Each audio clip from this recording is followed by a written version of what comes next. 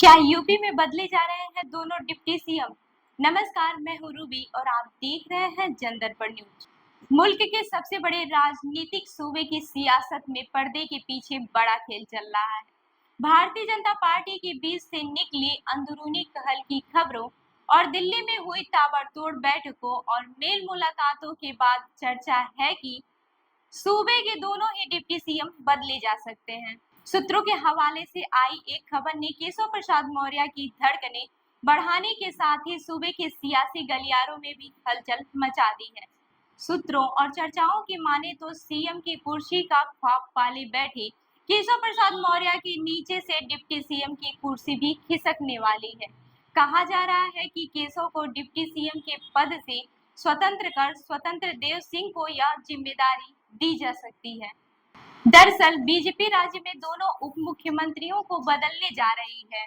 केशव प्रसाद मौर्य की जगह पिछड़ों का सशक्त चेहरा माने जाने वाले जल शक्ति मंत्री स्वतंत्र देव सिंह को डिप्टी सीएम बनाया जाएगा।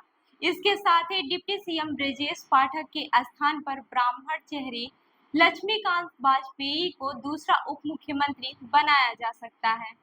वहीं 14 जुलाई को उत्तर प्रदेश बीजेपी की कार्य समिति की बैठक में केशव प्रसाद मौर्य के बयान और कथित नाराजगी के चलते आला कमान उनसे खफा हो गया है, जिसके चलते यह निर्णय लिया जा सकता है।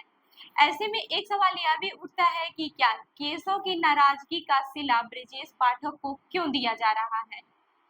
वहीं 14 जुलाई को उत्तर प्रदेश बीजेपी की कार्य समिति की बैठक में केशव प्रसाद मौर्य के बयान और कथित नाराजगी के चलते आला कमान उनसे खफा हो गया है, जिसके चलते यह निर्णय लिया जा सकता है।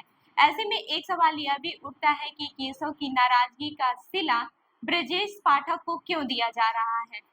इस सवाल के जवाब में तर्क यह है कि बीजेपी अगर अकेले केशव प्रसाद मौर्य को डिप्टी सीएम की कुर्सी से हटाती तो जनता के बीच कहल वाली बात होती, लेकिन अगर वह ब्रजेश पाठक को भी हटाती है तो इसे साधारण बदलाव के तौर पर देखा जाएगा।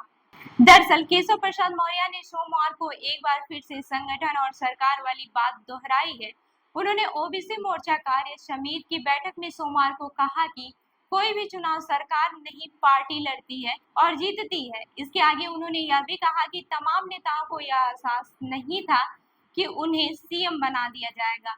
केशव के इस स्टेटमेंट को सीएम योगी की तरफ से किया गया कटाक्ष बताया जा रहा है, क्योंकि 2017 में योगी का नाम चर्चा में तब तक नहीं था, लेकिन योगी समर्थकों और तमाम कार्यकर्ताओं के प्रदर्शन के बाद बीजेपी ने योगी आदित्यनाथ को सीएम बनाया था। इसके अलावा केशव प्रसाद मौर्य ने लोकसभा चुनाव में हुए नुकसान को लेकर भी सरकार को ही जिम्मेदार ठहराया है। उन्होंने 2024 का जिक्र करते हुए कहा कि जब हम सरकार में नहीं थे तब लोकसभा चुनाव में उत्तर प्रदेश में जीते, लेकिन सरकार में रहने के बावजूद भी अति आत्मविश्वास में चुनाव हार गए। केशव प्रसाद मौर्य के इन बयानों को लेकर कहा जा रहा है कि उन्हें इस बात का एहसास हो चुका है कि उनकी कुर्सी जाने वाली है, इसलिए वह और खुलकर बोल रहे हैं। तो इस खबर पर क्या है आपकी राय, हमें जरूर बताएं। तब तक के लिए देखते रहिए जनदर्पण न्यूज। धन्यवाद।